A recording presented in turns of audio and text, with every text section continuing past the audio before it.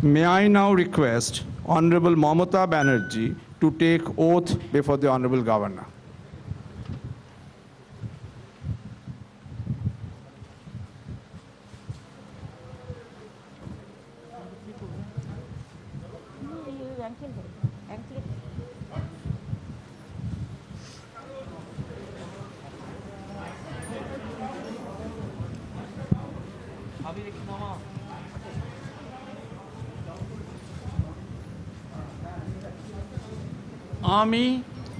আমি মমতা ব্যানার্জি ঈশ্বরের নামে শপথ করিতেছি যে বিধি দ্বারা স্থাপিত ভারতের সংবিধানের প্রতি আমি অকৃত্রিম নিষ্ঠা ও আনুগত্য পোষণ করিব।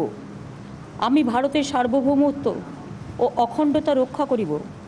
পশ্চিমবঙ্গ রাজ্যের মুখ্যমন্ত্রী রূপে আমার কর্তব্যসমূহ নিষ্ঠাপূর্বক এবং বিবেকসম্মতভাবে নির্বাহ করিব এবং ভয় বা পক্ষপাত প্রীতি বা বিদ্বেষ রহিত হইয়া সকল শ্রেণীর জনগণের প্রতি সংবিধান ও বিধি অনুসারে ন্যায়াচরণ করিব।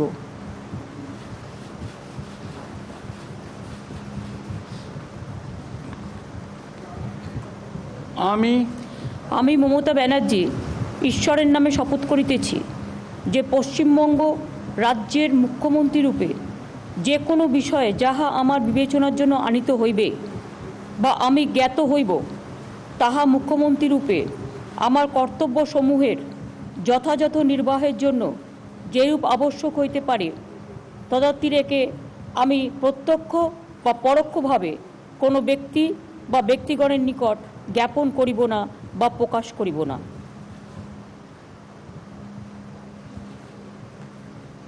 Now I can go to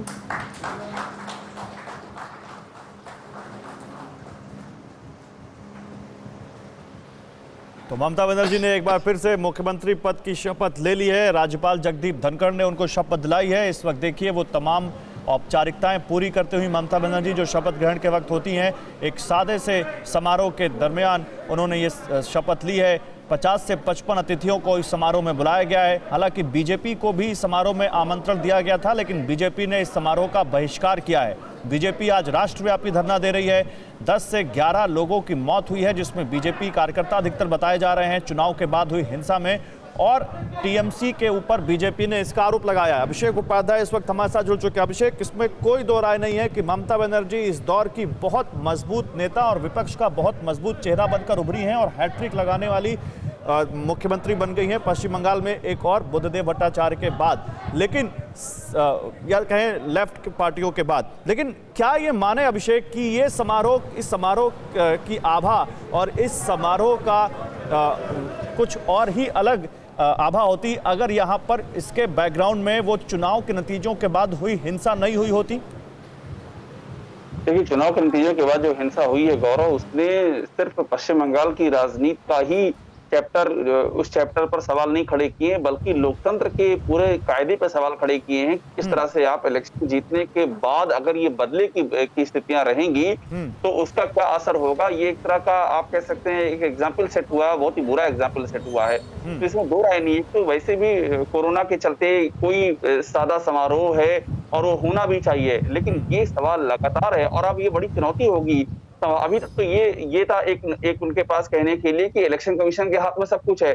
अब वो शपथ उन्होंने ले चुकी हैं, अब उनके हाथ में आ गया है। अब वो कितनी जल्दी कंट्रोल करती हैं, ये सबसे बड़ी नहीं, लेकिन ये तर्क इसलिए नहीं माना जाएगा अभिषेक, क्योंकि अगर ऐसा ही शपथ इलेक्शन कमीशन के हाथ में सब कुछ होता तो शपथ लेने से पहले ममता बनर्जी एक्टिव हो गई। उन्होंने मंगलवार को कोलकाता म्युनिसिपैलिटी कमीशन का जो बोर्ड ऑफ एडमिनिस्ट्रेटर है उसको रिन्यू कर दिया, जिसके चेयरमैन पूर्व मेयर फिरहाद हकीम है, इनकी पार्टी के एमएलए हैं। अड़ी सोमवार से शुक्रवार शाम 6 बजे सिर्फ TV9 भारतवर्ष पर।